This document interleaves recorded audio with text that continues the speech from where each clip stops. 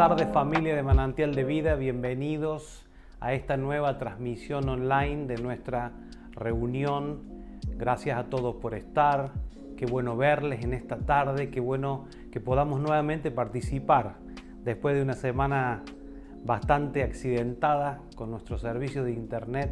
Hoy estamos nuevamente en línea, así que gracias a todos y sobre todo gracias al Señor que nos permite estar nuevamente juntos. Yo quiero en esta tarde compartir una palabra titulada El Evangelio y la configuración del alma. Todos los que hemos nacido de nuevo y caminamos en el Evangelio, tratamos de caminar en el Evangelio, debemos ser correctamente instruidos en la configuración de nuestra alma. Yo soy una de las personas que cree firmemente que lo que más atrasa a los que quieren expresar a Cristo, como queremos hacerlo todo, aún siendo personas que aman a Dios, a veces nos preguntamos si yo amo al Señor, si yo quiero servirle, yo quiero seguirle, quiero enterarme día a día qué es lo que el Señor está hablando para hacerlo. Bueno, aún siendo ese tipo de personas, creo que lo que más nos atrasa es la configuración incorrecta del alma. Esa alma que todos tenemos, que se manifiesta continuamente con desobediencia, con enojos, con broncas largas, esas broncas interminables, con disgustos, con carnalidades, con falta de perdón, falta de arrepentimiento y toda la basura que todos conocemos y no hace falta explicar mucho. No estoy en esta tarde hablando de los errores, no estoy enfocándome en los errores, estoy enfocándome en la raíz, que es la incorrecta configuración de nuestra alma. Creer que el Evangelio nos fue dado solo para nuestra salvación es un grave error conceptual que nos hace vivir la vida sin entender el propósito completo del Evangelio. El Evangelio tiene un propósito pleno en cada una de nuestras vidas y es configurar el hombre que es espíritu, alma y cuerpo a la medida, a la forma del Evangelio de Jesucristo. El Evangelio bien entendido nos va a decir continuamente, el Evangelio que se entiende bien nos va a susurrar continuamente, el Evangelio que se escucha bien nos va a decir continuamente qué es lo que Dios ya hizo, no lo que hará algún día, no lo que estamos esperando que algún día haga, sino lo que Dios ya hizo. El Evangelio nos deja saber que Dios nos constituyó, ni nos sacó de la muerte y nos trasladó a la vida eterna. Nos sacó de las tinieblas y, como dice la palabra, nos trasladó a su luz admirable.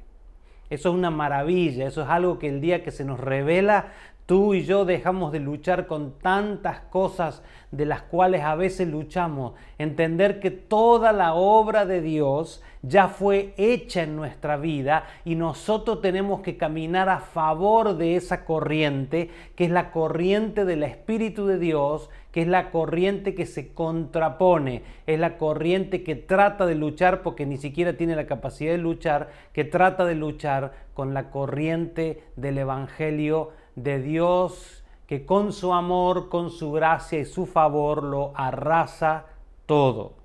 Ahora, nosotros necesitamos aprender a configurar nuestra alma. Sabemos que lo que el Evangelio trae a nuestra vida no es en forma de leyes escritas, tal como Dios lo hizo con Israel. En esta etapa que vivimos hoy, eso fue para aquella época, ya no son leyes escritas, sino que son leyes vivas, no en tablas de piedra, como dice el apóstol Pablo, citando a la gente que entendía lo que él decía, a las tablas de piedra que Dios le había dado a Moisés, sino el Evangelio hoy son palabras escritas, son palabras tejidas, son palabras entretejidas dentro del corazón del hombre. Alguien que alguna vez escuchó el Evangelio, alguien que alguna vez vivió el Evangelio, alguien que alguna vez abrazó el Evangelio, no puede sacarse nada de eso de adentro, porque una vez que evangelio se entretejió de adentro nuestro, se entretejió, perdón, dentro de nuestro corazón. Es imposible de arrancar, es imposible de sacar, es imposible de erradicar. Ahora, tenemos que entender la historia, tenemos que entender qué pasó y cómo sucedió. Cuando Adán y Eva pecaron, Dios los estableció en un fundamento externo a sí mismo, externo a Dios mismo. Y no porque Dios se enemistó con el hombre simplemente, sino que Dios dejó claro que el hombre se había alejado de él voluntariamente. Y como resultado de ese alejamiento, el hombre comenzó a edificar una vida solo en el alma. Cuando nosotros nos alejamos de Dios, después de haberlo conocido, nosotros no nos enemistamos con Dios. Dios no se enoja con nosotros. Hay gente que dice, no, yo me aparté de Dios, Dios debe estar enojado conmigo. Dios no se enoja con el hombre, si bien dice la Escritura que a Dios le dolió el corazón cuando vio el pecado del hombre antes del diluvio, sino que el hombre empieza a edificar una vida solo en el alma, empieza a apagar el espíritu y el alma empieza a gobernar.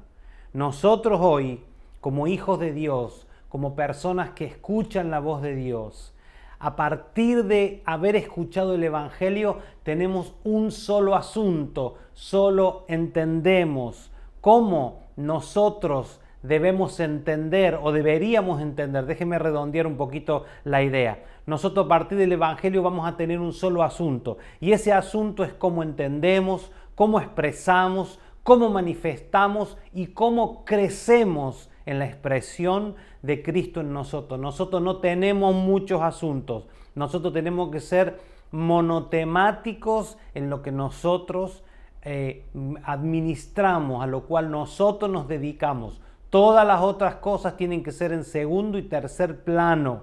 Yo quiero decirte algo, aunque te parezca duro. Primero no está mi familia. Primero está el establecimiento del reino de Dios. Eso va a hacer que la familia se mantenga firme y caminando en el propósito eterno de Dios. Hay gente que me ha dicho, mire pastor, primero está mi familia. Respeto tu decisión y respeto tu postura. No la combato para nada, pero un día por revelación te darás cuenta que la palabra dice, buscad primeramente el reino de Dios y su justicia y todas las cosas te van a ser añadidas. Si quieres que te sean añadidas las cosas conforme al diseño de Dios, conforme a la configuración que Dios diseñó, debemos hacer que prime, debemos hacer que sea primero, que sea primogénito en nosotros el reino de Dios.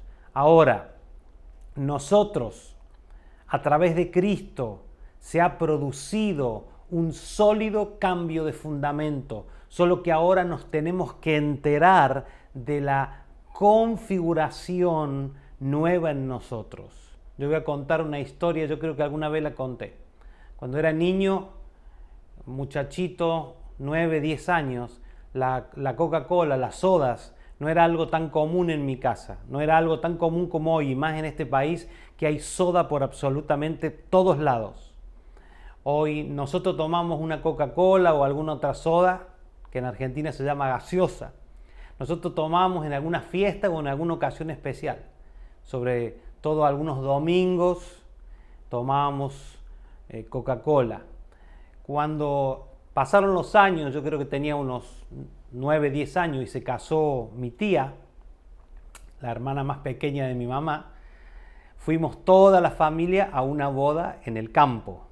Luego de la ceremonia religiosa, fuimos a un club gigante, como se estila en esas pequeñas ciudades, un club de básquet, donde nos esperaba un asado para 100 personas. Imagínate tú en los años 70, con la abundancia terrible que había en Argentina, había carne y comida por toneladas. Cuando se empezó a servir la cena, veíamos que la gente tomaba soda, gaseosa y otras bebidas, las buscaba en una especie de ventanita que había y las traía a sus mesas. Entonces con mi hermano le dijimos a mi papá, papá, vos trajiste plata, vos trajiste dinero, ¿nos podrías comprar una soda, una gaseosa para cada uno? Mi papá me dijo una palabra que yo nunca voy a olvidar. Tu abuelo ya pagó por todo aquí, toda esta fiesta la pagó mi abuelo, a quien le decíamos el Opa. Opa es abuelo en alemán. Dice, el Opa ya pagó por todo, así que váyanse a esa ventana que está ahí y díganle quiénes son y ahí van a tener toda la soda que ustedes quieran, toda la gaseosa que ustedes quieran. Nosotros no lo podíamos creer. Soda free, gaseosa free. Nuestra configuración en esa noche cambió totalmente. Yo no recuerdo cuántas sodas. Eran unas sodas pequeñas como la soda, creo que nosotros todos conocemos las botellitas de vidrio de la soda que exportan de México. Bueno, eran botellitas de esas. Yo no recuerdo la cantidad de botellas que con mi hermano nos tomamos. No me acuerdo si comimos mucho, pero que tomamos soda, tomamos un montón de soda. Mi papá me cuenta hace algunos años que nos quedamos dormidos, mi hermano se quedó dormido, ya no me acuerdo, y se despertó cuando ya la fiesta estaba casi a punto de terminar, fue a la ventanita, buscó otra soda, tomó un trago, la puso sobre la mesa y volvió a quedarse dormido. La configuración de lo que a nosotros representaba tener una soda, esa noche cambió para siempre. Si bien el cuento de la soda es una anécdota de niños, risueña, que además fue temporal, se acabó la fiesta, se acabaron las sodas gratis, el Evangelio a nosotros nos cambia la configuración permanentemente y nos arranca de los fundamentos del mundo y nos pone en Dios, nos planta de tal manera que no quedan excusas en nosotros, porque verdaderamente no debería haber ninguna excusa para que nosotros no podamos crecer en el Señor, porque Él ya ha provisto desde la eternidad y con anterioridad todas las cosas. Amados, el Evangelio nos constituye en el fundamento más seguro que es en Cristo. El fundamento más seguro que nosotros tenemos es el Evangelio de Cristo Jesús en nosotros. Nosotros no deberíamos estar o tratar de pensar de estar constituidos en otro fundamento, porque ese es el fundamento que nos fue asignado a nosotros. Yo conocí unos hermanos que por un error de medición construyeron una congregación, 1 metro, sería 3 pies, sí, 3 pies aproximadamente dentro del terreno del vecino. Y el vecino no era muy colaborador de la causa de Cristo, que digamos, le molestaba absolutamente todo. Cuando los hermanos le fueron y dijeron, mire, en la medición original nos equivocamos, hubo este problema, necesitamos que usted nos venda este pedazo, ni siquiera le fueron a pedir que se los regalara, que se los venda, el hombre dijo absolutamente no. ¿Saben qué van a hacer? Van a demoler la parte que construyeron, y le hizo demoler todo el fondo de la congregación, que tenía 1 metro montado sobre su terreno. Trajo oficiales, trajo gente que determinaron que eso estaba mal. Los hermanos tuvieron que construir una pared por dentro, 1 metro y algo hacia adentro, como 4 pies hacia adentro, y proceder a demoler todo lo que habían hecho bajo un fundamento que no era el adecuado. Se habían equivocado la medida, habían hecho un fundamento incorrecto. Ahora, leamos la palabra del Señor. Romanos 5:20 dice de esta manera: pero la ley se introdujo para que el pecado abundase, mas cuando el pecado abundó, sobreabundó la gracia, para que así como el pecado reinó para muerte, así también la gracia reine por la justicia para vida eterna, mediante Jesucristo, Señor nuestro. Romanos 5:20 y 21. ¿Cómo sobreabunda la gracia? La gracia sobreabundó mediante el sacrificio de Jesucristo y su entrega hacia todo el mundo. A través de ese sacrificio, aquella justicia produjo una configuración de vida totalmente favorable al hombre. Ya no había un Dios enojado, ya no había un Dios que estaba molesto con el hombre, ya no había un Dios que estaba ofendido con el hombre. Ahora era un Dios que estaba volviendo a amigarse, por decirlo de alguna manera, volviendo a aceptar el pago del sacrificio único de Cristo Jesús por cada uno de nosotros. Aquí vemos como esa constitución a la cual el hombre se sometió produjo, hablando de la palabra que hace un momento compartimos, produjo un reinado espiritual, ya que según el Evangelio todos los hombres están sometidos a un solo reino, que es el reino del mundo, como dice el apóstol Pablo, la corriente de este mundo. Lo maravilloso y una de las mejores noticias que yo tengo para ti es que por el Evangelio que vamos entendiendo es que nosotros no debemos vivir en la corriente de este mundo, en la corriente de este siglo, ya que ese Evangelio, el Evangelio de Jesucristo, configura nuestra alma. Ahora también necesito decirte, porque necesito ser 100% honesto, la corriente de este mundo también configura el alma de quien se lo permite. Hoy por esta palabra, nosotros los que amamos al Señor, nosotros los que anhelamos caminar en los caminos del Señor, lejos de toda la religiosidad y toda la religión, hoy por esta palabra nos vamos a enterar de más y mejores buenas noticias respecto al Evangelio en el cual nosotros creemos. ¿Saben que hay una gran diferencia entre los que solamente manejan un carro y los que manejan un carro y conocen un poco de mecánica? Porque la persona que maneja un carro solamente, y bueno, tiene que confiar en todo lo que le dicen y tiene que creer todo lo que los mecánicos le dicen. No estoy en contra de los mecánicos, solo que he conocido a través de mi vida algunos mecánicos bastante deshonestos, como en todas las profesiones. Ahora, cuando tú sabes, cuando tú entiendes, cuando tú entiendes cómo funciona el Evangelio en el cual creemos, el Evangelio funciona mucho mejor para cada uno de nosotros. La primera cosa que debemos entender es que el Evangelio nos saca de una mirada temporal de la vida. La vida temporal es terrible. La vida de que lo que me pasó hoy determina algo para mi vida, define algo, es terrible, es tétrico vivir de esa manera. La vida temporal hace que la gente esté atrapada invirtiendo sus fuerzas en algo que no es productivo. ¿Cuánta gente se ha pasado la vida esforzándose, creciendo, trabajando para tener un mañana mejor, pero por alguna razón pierden la vida y todo ese tiempo se fue, se desperdició, se fueron todas sus fuerzas? El Evangelio nos hace interesar de las riquezas eternas, no mirando las cosas que se ven, porque son temporales.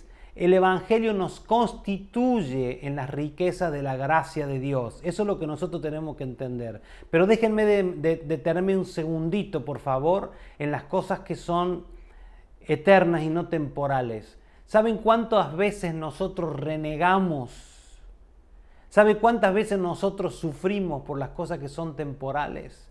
Tenemos que aprender a elevar nuestra mirada a lo alto, elevar nuestra mirada a los cielos y entender que las cosas eternas son eternas y no son temporales.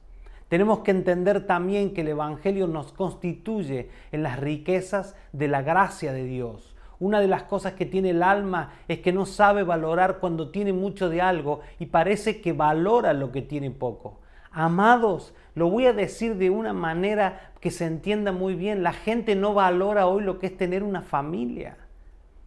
Tener un padre, una madre presente. Vemos muchos muchachos hoy que no valoran lo que es una familia. Hay gente que anhelaría toda y anhela toda la vida. Hoy tener una familia constituida, un padre, una madre presente, es todo un logro. Ya es todo un logro y la gente no lo está valorando. ¿Por qué digo que la gente no sabe valorar cuando tiene mucho y valora lo que tiene poco? Porque el alma siempre está sometida a la idea de la escasez. No sabe vivir sin la escasez. Busca lo que le es escaso, pero no sabe valorar lo que ya tiene. Por eso vive la gente toda amargada. Gente que tiene de todo, pero está muy amargada. Nosotros tenemos, amados, tantas cosas que no valoramos. Deberíamos despertar la realidad de la vida espiritual, que es valorar las cosas verdaderas. ¿Saben una cosa? Y se lo voy a decir, nosotros como pastores, nos ha pasado de amargarnos y de preocuparnos por la gente que alguna vez nos abandonó. ¿Saben una cosa? Hace algunos años yo entendí que me voy a seguir gozando con la gente que está con nosotros. Yo no puedo hacerte pagar a ti, tú no puedes hacerte pagar a mí, por alguna mala experiencia que tuvimos alguna vez. Debemos valorarnos, lo dije todo el año pasado. La gran mayoría del tiempo del año pasado le dije, hermanos, valoremos lo que es estar juntos. Valoremos lo que es estar juntos. Eso sucede cuando la cabeza va más rápido que la lengua. Valoremos lo que es estar juntos. Nosotros no podemos desvalorizar algunas cosas que son tan importantes. Nosotros tenemos que aprender que en las cosas trascendentes de nuestra vida somos gobernados por lo que tenemos en abundancia. Nosotros tenemos abundancia de vida, abundancia de palabra, abundancia del Espíritu Santo, abundancia del amor de Dios. Y eso es lo que debe gobernarnos y no ninguna cosa o nada de lo que nos falte. Vamos al próximo paso que estamos tocando en esta tarde. El Evangelio nos arranca de toda insatisfacción para meternos en la saciedad, para meternos en la plenitud. El mundo vive en insatisfacción permanente. Todo el mundo está insatisfecho. El alma del hombre nunca se termina de saciar, es un barril sin fondo, es un pozo sin fondo. Y esa es una de las maldiciones sobre las cuales el ser humano está puesto, el ser humano natural. Por eso es que la insatisfacción es un fundamento en la vida de algunos. El Evangelio nos arranca de toda insatisfacción para meternos en la saciedad.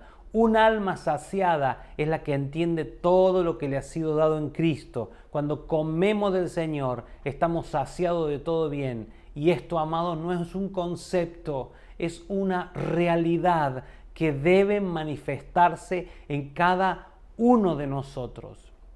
Yo no sé cómo será tu vida, no sé cómo será tu gestión del Evangelio, pero a mí me enseñaron y a mí me explicaron hace algunos años que cada vez que nosotros escuchamos una palabra y esa palabra queríamos que anidara en nosotros, debíamos orar conforme a lo que habíamos escuchado. No sirve que tú escuches estas palabras y digas, bueno, ya lo escuché, ya lo aprendí. Eso es un comportamiento bastante necio.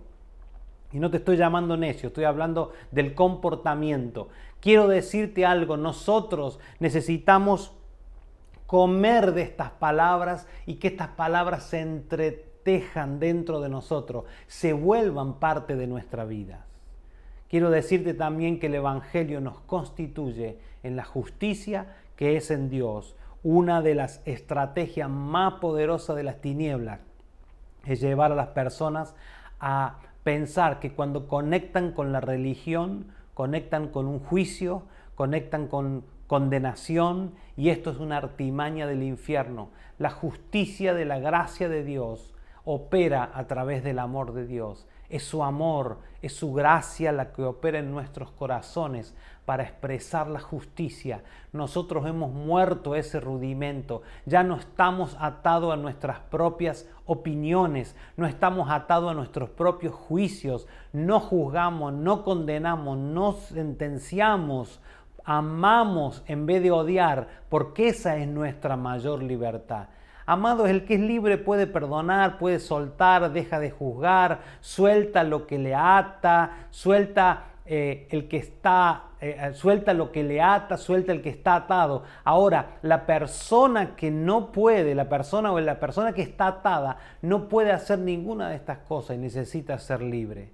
Debemos examinarnos a nosotros mismos.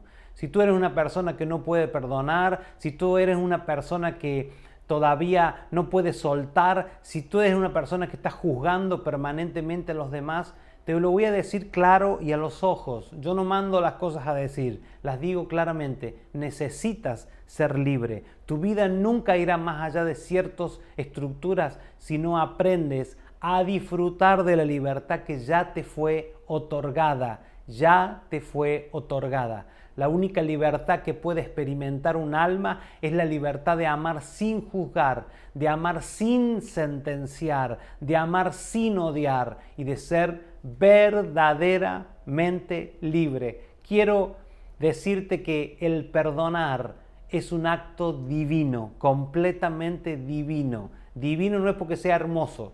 Los de Argentina decimos que algo es divino cuando es muy bello. divino de la divinidad, de algo que viene de Dios. También tenemos que saber, amados, que el Evangelio nos constituye en la dependencia total de Dios. El alma humana no sabe vivir dependiente de Dios. Busca a Dios, pero sigue dependiendo de los hombres. Busca a Dios y ora a Dios, pero sigue esperando que un hombre lo llame, que alguien le dé un contrato, que alguien cierre, que alguien firma. El alma quiere que Dios le provea, pero no se expone a la vida en la gracia de Dios, en el suministro que Dios ha determinado para nosotros. Nosotros, para entregarnos al fundamento de la gracia de Dios, debemos de dejar de depender de personas. Y ahí vamos a comenzar a experimentar el gozo, la alegría en nuestro corazón por lo que Dios nos habla. Dejemos de estar dependiendo de la palabra de persona. Cortemos con pensamientos que no han nacido de Dios, con pensamientos que vengan de experiencias temporales, terrenales y humanas. Y amado, nosotros veremos nuestra vida reverdecer. Tú y yo no dependemos de la decisión de un hombre.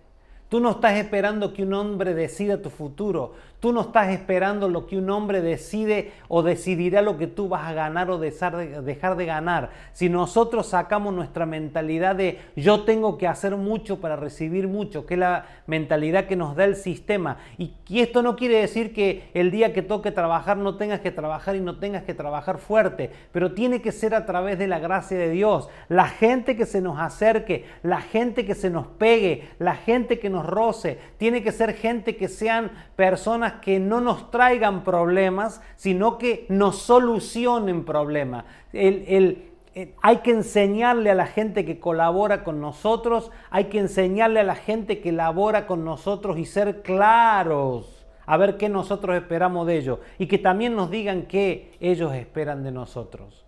Amado, la gracia de Dios nos arranca del mérito, nos arranca de la meritocracia, nos arranca del humanismo. Ya nosotros no somos el centro porque somos introducidos en Cristo. Para que una iglesia se manifieste con esta gloria, no podemos estar constituidos en nosotros en las apariencias. Tenemos que hablar, tenemos que comunicar, tenemos que expresar, tenemos que notificar a los que creemos que son nuestra autoridad puesta por el Señor. No seamos de los que se callan, expresemos a gente que es madura y que nos van a conducir y que quizá nos exhorten para nuestro bien. Dios no nos escogió porque somos geniales. El apóstol Pablo dice, fui a ustedes con apariencia de debilidad, porque Dios nos escoge por lo débiles que somos. Dice la palabra, mi poder se perfecciona en tu debilidad. O sea que si nos equivocamos, por favor, hermano, no nos defendamos, no creemos una apariencia de que yo nunca me equivoco, porque lo que sucede es lo real y lo verdadero en Cristo. Y demos gracias que esto está sucediendo en nosotros, que las fallas están saliendo. Sí, es muy malo para el orgullo, es malísimo, pero no para nuestra alma y mucho menos para nuestro espíritu. Yo me he tenido que parar a veces hasta públicamente y pedir disculpas y pedir perdón. Yo soy una persona que algunas veces dije palabras en público y en privado también, que nunca debería haber dicho, de las cuales me he arrepentido. Pero tenemos que entender, amados, que guardar rencor, creer que nunca nos equivocamos, es para personas que están viviendo en un individualismo flagrante. El Evangelio nos saca del individualismo para ser constituidos en Cristo. Y para ser constituidos en Cristo, primero tenemos que ser destituidos de un lugar previo. Definitivamente tenemos que ser destituidos del individualismo para entender que lo que somos lo somos en un cuerpo, para ver a nuestros hermanos y no verlos fuera de nosotros, sino vernos a nosotros mismos. Por esas razones que le he planteado 1.000.000 de veces, y se lo digo con total amor, no me importa lo que ustedes opinen, estilen por cultura o estilen por su costumbre. La comunicación entre nosotros es fundamental y básica. Si no tenemos comunicación, entonces, amadísimos, lamentablemente no tenemos nada. Queremos entender también, y por último, que el Evangelio nos saca de la enemistad porque nos reconcilia permanentemente con el Señor. Dios se separó del hombre y dijo, A partir de aquí tu camino ya está establecido. Él puso separación y esa enemistad fue grabada en el corazón del hombre. Él fue el que estableció una maldición. Dios, pondré enemistad entre tu simiente y su simiente. La enemistad la estableció Dios sobre el hombre y así siguió la humanidad por todos los siglos que pasaron hasta Cristo. Ahora en Cristo está la verdad de Dios y todo siendo traído y reconciliado. Las máximas peleas ya no son con un Dios enemistado, sino que las peleas están dirigidas a cómo nosotros desalojamos toda forma de enemistad de nuestro corazón. ¿Cuánta gente sigue pensando hoy que Dios castiga? ¿Cuántos dichos populares hay? Dios castiga y no se le ve el látigo. Dios aprieta pero no ahorca, una cosa por el estilo. Cosas que nos van lavando el cerebro con un Dios que no castiga, que no aprieta y que nada, y no tiene nada que ver. Por favor, no aceptemos nunca los vestigios de la enemistad en nuestro corazón. Dios no está enojado, Dios no está enfadado con nadie. Así que configuremos el alma y comencemos a vivir por aquello para lo cual el Señor nos llamó, nos salvó, nos restauró, nos limpió, nos destituyó del sistema del mundo, nos hizo morir en Cristo y resucitar con Él y además nos sentó junto con Cristo en los lugares celestiales. ¡Wow! ¡Qué noticia! ¡Qué noticia para esta tarde! ¿Quién se va a deprimir con todas estas cosas? Si estamos con Él sentado en los lugares celestiales. Lo que pasa es que todavía no nos ha llegado el email, el mensaje de texto, el WhatsApp a nuestra alma. Nuestra alma sigue atada a la tierra, pero nuestro espíritu está con el Señor, sentado en los lugares celestiales. Y sentado en los lugares celestiales no quiere decir que nos hemos ido al cielo y nos hemos muerto y nadie nos avisó. Quiere decir que tenemos acceso al trono de la gracia, acceso libre y gratuito por gracia para acercarnos confiadamente a su trono, al trono de la gracia. Amados, oremos a Dios para que la iglesia del Señor sea librada de las viejas constituciones erradas que mezclaron y que distrajeron sistemáticamente hasta hoy a las generaciones sobre esta tierra. Anhelemos ser constituidos en Cristo, que nuestra alma sea destituida voluntariamente toda forma de gobierno extraña y solo Cristo, su vida, su palabra, el Evangelio que es su constitución y su verdad reinen para siempre en cada uno de nosotros. Papá amado, te damos gracias en esta tarde. Señor, me he acordado en la semana de cada uno de ellos, de su familia, de sus trabajos, de sus ocupaciones, de sus vidas, de sus hijos. Señor, gracias por cada uno de ellos, de los que están detrás de esta pantalla. Señor, yo hablo palabras de gracia, de vida, de favor y de bendición sobre cada uno. Señor, aliéntanos aún más. Señor, que tú seas nuestro único alimento para que podamos caminar más y mejor, que la configuración de nuestra alma sea en Cristo y en ninguna otra cosa. Padre, te pido y te pedimos todas estas cosas en el nombre poderoso de Cristo Jesús, nuestro Salvador.